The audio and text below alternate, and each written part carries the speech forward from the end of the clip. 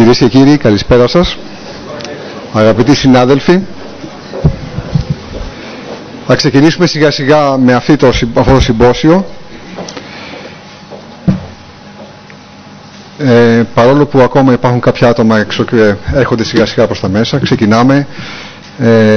Η Επιστημονική Επιτροπή του Συμποσίου και εγώ βεβαίως χαιρόμαστε ιδιαίτερα που σας έχουμε κοντά μας σε αυτή την πρώτη προσπάθεια να διερευνήσουμε τις δυνατότητες που μας παρέχονται από τη χρήση γονιδιακών αναλύσεων στην εξατομικευμένη θεραπεία και στην εξατομικευμένη, να το πω καλύτερα, θεραπευτική προσέγγιση των ασθενών μας.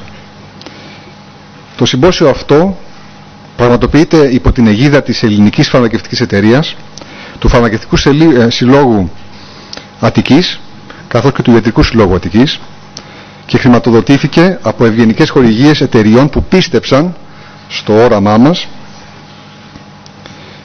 Και πριν δώσω το λόγο στο Γενικό Γραμματέα του Ιατρικού Συλλόγου Αθηνών, τον κύριο Ρέντι, θα ήθελα από αυτό το βήμα να ευχαριστήσω όλους αυτούς που βοήθησαν στην πραγματοποίηση αυτού του συνεδρίου, παρόλη τη δύσκολη οικονομική περίοδο που περνάμε όλοι μας, και συντέλεσαν καθοριστικά στη διοργάνωση αυτής της εκδήλωσης. Ο σκοπός αυτού του συνεδρίου είναι αφενός μεν η ανταλλαγή απόψεων και ο εμπλουτισμός των γνώσεών μας, αλλά και η ενημέρωση των επαγγελματιών υγείας για καινούργιες μεθοδολογίες που θα μας φέρουν πιο κοντά στην εξατομικευμένη θεραπεία, τις γονιδιακές αναλύσεις. Θα ήθελα να σε ενημερώσω ότι το συμπόσιο αυτό μεταδίδεται ζωντανά από το διαδίκτυο. Έχουμε αυτή τη στιγμή συναδέλφους από όλη την Ευρώπη που παρακολουθούν ζωντανά το συμπόσιο αυτό, από το Λονδίνο, από την Κοπενχάγη, από το Παρίσι, από τη Ρώμη, μέχρι στιγμής αυτά ξέρω,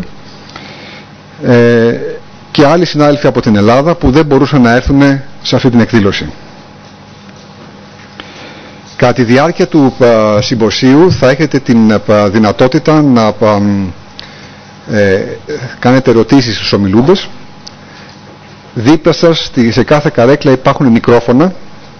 Αν σηκώσετε το χερούλι θα δείτε ότι υπάρχει ένα μικρόφωνο μέσα και υπάρχει ένα κουμπάκι που το ανάβετε για να μπορέσετε να μιλήσετε, να πείτε την ερώτησή σας. Θα ήθελα να σας παρακαλέσω, αφού κάνετε την ερώτηση, να ξανακλείσετε το κουμπάκι, γιατί πολλά μικρόφωνα ταυτόχρονα δεν μπορούν να λειτουργήσουν, ώστε να μπορούν να ακούσουν τα υπόλοιπα. Μέχρι στιγμής έχουμε μια αρκετά μεγάλη προσέλευση και αυτό μου δίνει ακόμα μια περισσότερη όθηση να σας πω και να σας ανακοινώσω ήδη τώρα ότι αυτό το πρώτο θεματικό συμπόσιο θα επαναληφθεί. Θα έχουμε το δεύτερο συμπόσιο σε 2 χρόνια. Την ακριβή ημερομηνία για την ακριβή ημερομηνία θα ενημερωθείτε στις επόμενες εβδομάδες.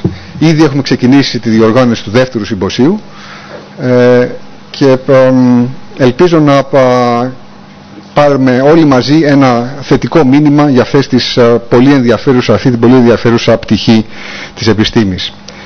Καλώ τώρα στο βήμα το συνάδελφο κύριο Αχιλλέα Ρέντι, Γενικό Γραμματέα του Ιατρικού Συλλόγου Αθηνών, να κηρύξει την έναρξη αυτού του συμποσίου.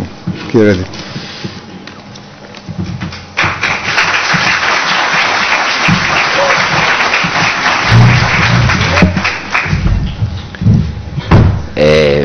Κύριε Δρακούλη, θερμά συγχαρητήρια καταρχήν για το θεματικό συμπόσιο το οποίο έχετε οργανώσει.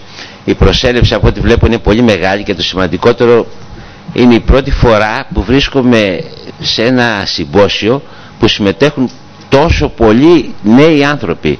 Είναι πάρα πολύ σημαντικό νομίζω. Ευχαριστούμε πάρα πολύ που μας καλέσατε.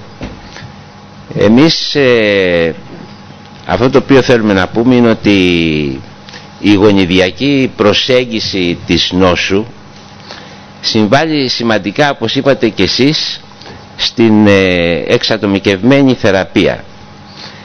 Βέβαια, ορισμένες από αυτές, σαν κλινικοί γιατροί, τις βλέπουμε στην καθημερινή μας πράξη.